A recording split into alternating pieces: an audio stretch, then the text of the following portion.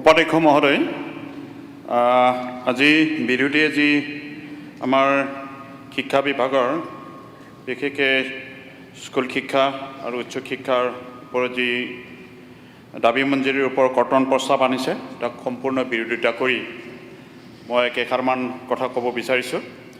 Sir, শিক্ষা বিভাগ আজিৰ তাৰিখত অসমৰ যি অভিলাষী আঁচনি বিভিন্ন পৰ্যায়ত ৰূপায়ণ কৰি থকা হৈছে, এইটো আমাৰ কাৰণে, অসমৰ কাৰণে, অসম ৰাজ্যখনৰ কাৰণে যথেষ্টখিনি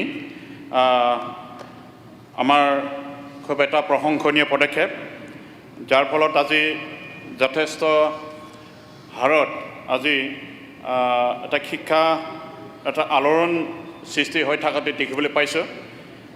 সিদিনাখন নীট পৰীক্ষাত যি হাৰত নীট পাছ কৰিছে, এইবিলাকে সূচাই নিশ্চয় শিক্ষা বিভাগে যথেষ্টখিনি পদক্ষেপ লোৱা হেতুকে যথেষ্ট শিক্ষা সমাজত যথেষ্ট প্ৰভাৱ পৰিছে আৰু তাৰ কাৰণে আজি বিভিন্ন প্ৰতিযোগিতামূলক শিক্ষাবিলাকত পৰীক্ষাবিলাকত আজি যথেষ্ট ছাত্ৰ ছাত্ৰী উত্তীৰ্ণ হোৱাটো আমি দেখিবলৈ পাওঁ। গতিকে যাই হওক, আজিৰ এই কৰ্তন প্ৰস্তাৱৰ বিৰোধিতা কৰি মই আমাৰ অঞ্চলৰ কিছুমান সমস্যাবিলাকক মই কিছু দাঙি ধৰিব বিচাৰিছোঁ। মুখ্যতঃ আমাৰ প্ৰাক্তন আমাৰ দলৰে সতীৰ্থ ইতিমধ্যে কৈ গৈছে আমাৰ BTC অঞ্চলৰ বিভিন্ন সমস্যাৰ বিষয়ে। তাৰো বিশেষকৈ মোৰ সমষ্টিত যোৱা 2018 চনৰ যি শিক্ষামন্ত্ৰী আছিল আমাৰ সিদ্ধাৰ্থ ভট্টাচাৰ্য, তেখেতৰ নেতৃত্বত 50খন মহাবিদ্যালয়ত ছায়েন্স ষ্ট্ৰীম ইণ্ট্ৰডিউচ কৰিবৰ কাৰণে ব্যৱস্থা লোৱাৰ কাৰণে অধিসূচনা জাৰি কৰা হৈছিল।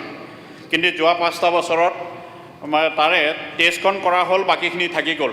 আৰু মোৰ সমষ্টিৰ খৈৰাবাৰী মহাবিদ্যালয় ছায়েন্স ষ্ট্ৰীম কৰিবৰ কাৰণে ইতিমধ্যে লেবৰেটৰীৰ ৰুম, তাৰ বিভিন্ন ইনষ্ট্ৰুমেণ্ট কিনিবৰ কাৰণে 10 লাখকৈ টকা প্ৰেৰণ কৰা হ'ল, কিন্তু আজিলৈকে এই ছায়েন্স ষ্ট্ৰীমটো হৈ নুঠিল। গতিকে তাৰ প্ৰতি মই শিক্ষা বিভাগক টানি অনুৰোধ জনাইছোঁ। নিশ্চয় ইয়াত যথেষ্ট প্ৰয়োজনীয়তা আছে, আৰু যিহেতু হায়াৰ ছেকেণ্ডেৰী ছায়েন্স ষ্ট্ৰীম আছে, ইয়াত যথেষ্ট ছাত্ৰ ছাত্ৰী ওলায়।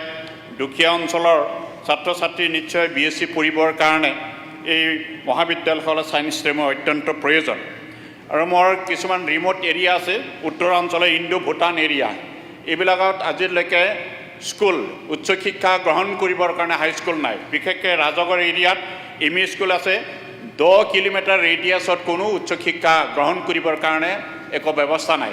গতিকে এই ME স্কুলখন, ৰাজগড় অঞ্চলৰ ME স্কুলখন আপগ্ৰেডেশ্যন কৰি পেলাই যাতে হাইস্কুল কৰিব পাৰে, তাৰ প্ৰতিও মই আজি এই সদনত মই অনুৰোধ ৰাখিছোঁ। অন্যহাতেদি আৰু যিহেতু চৰকাৰে এটা পলিচি লৈ আছে যে বিভিন্ন হাইস্কুলবিলাকক আপগ্ৰেড কৰি পেলাই হায়াৰ ছেকেণ্ডেৰী বনোৱা। মুখ্যতঃ মোৰ অঞ্চলত এটা ঘৰৈয়াজাৰ বুলি এটা হাইস্কুল আছে, ইয়াত মেট্ৰিক চেণ্টাৰ হৈছে।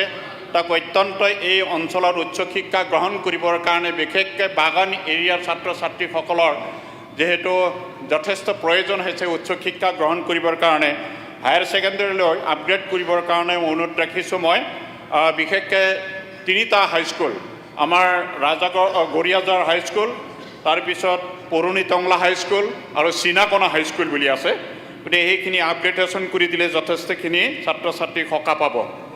তাৰ বাহিৰেও আমাৰ বিশেষকৈ স্কুলবিলাকৰ ইনফ্ৰাষ্ট্ৰাকচাৰ ডেভেলপমেণ্টৰ ক্ষেত্ৰত যথেষ্ট প্ৰয়োজন হৈ আছে। বহুতো ME স্কুল, হাইস্কুল আজি কিছু জৰাজীৰ্ণ অৱস্থাত আছে। LP স্কুলবিলাকৰ অৱস্থাও ভাল নহয়। গতিকে আমাৰ তাত এতিয়া বিশেষ এটা চৰকাৰীভাৱে আমাক এটা লেটাৰ প্ৰেৰণ কৰিছে শিক্ষামন্ত্ৰীয়ে যে বিভিন্ন স্কুলবিলাকক মাইগ্ৰেশ্যন মাৰ্জাৰ কৰাৰ কাৰণে, এমেলগেশ্যন কৰাৰ কাৰণে, কিন্তু আমাৰ BTC অঞ্চলত এইটো প্ৰয়োজন নাই বুলি ভাবোঁ। অত্যন্ত জৰুৰী আছে। আমাৰ যিবিলাক স্কুল আছে, কিছু এনৰলমেণ্ট কম হৈছে, নোহোৱা নহয় এজ পাৰ আইন মতে, কিন্তু BTC অঞ্চলৰ যিহেতু সুকীয়াকৈ ট্ৰেন্সফাৰ্ড এটা ছাবজেক্ট, এই হিচাপে BTC প্ৰশাসনে সেইটো চোৱা চিতা কৰিব, আৰু ইয়াত যাতে মাৰ্জাৰ, এমেলগেশ্যন এই ব্যৱস্থাটো আমাৰ BTC অঞ্চলত নকৰে, তাৰ বাবে মই আজি সদনত আপোনাৰ যোগেদি বিভাগক মই অনুৰোধ ৰাখিছোঁ। আৰু টিচাৰ বিশেষকৈ আমাৰ তাত বাগান এৰিয়াত মডেল হাইস্কুল কৰা হৈছিল, কিন্তু দুটা ক্লাছ 6 আৰু 9 ষ্টাৰ্ট হৈছে, মাত্ৰ দুজনকৈ শিক্ষক নিযুক্তি দিয়া হৈছে। এই দুজনেদি অহা বছৰ আকৌ 4টা ক্লাছ হ'ব। গতিকে তাৰ পোষ্ট ক্ৰিয়েশ্যন কৰি পেলাই এই মডেল স্কুলবিলাকক যিহেতু ইনফ্ৰাষ্ট্ৰাকচাৰ এনেকুৱা সুন্দৰ বনাই দিয়া হ'ল, এই স্কুলটো চাই পেলাই আকৃষ্ট হৈ যথেষ্ট ছাত্ৰ ছাত্ৰীয়ে মানে এডমিশ্যন লোৱা হ'ল।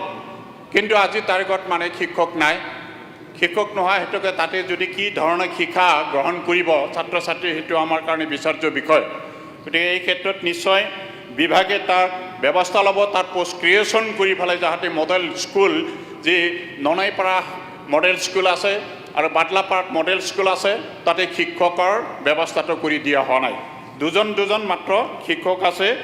বাকী স্থানীয়ভাৱে 2-এজন মানে শিক্ষিত যুৱকসকলক এংগেজমেণ্ট দিয়ে প্ৰধান শিক্ষকে শিক্ষা দিবৰ কাৰণে ব্যৱস্থা কৰিবলগীয়া হৈছে, কিন্তু কোনো ৰিনিউমাৰেশ্যনৰ ব্যৱস্থা তাতে দিয়া হোৱা নাই। গতিকে এইবিলাকক যাতে চৰকাৰে নিশ্চয় নজৰ ৰাখিব, সেইখিনিকে মই আহ্বান জনাই আজি কৰ্তন প্ৰস্তাৱৰ পুনৰ বিৰোধিতা কৰি মোৰ ক'বলগীয়াখিনি সামৰিছোঁ। ধন্যবাদ। Thank U.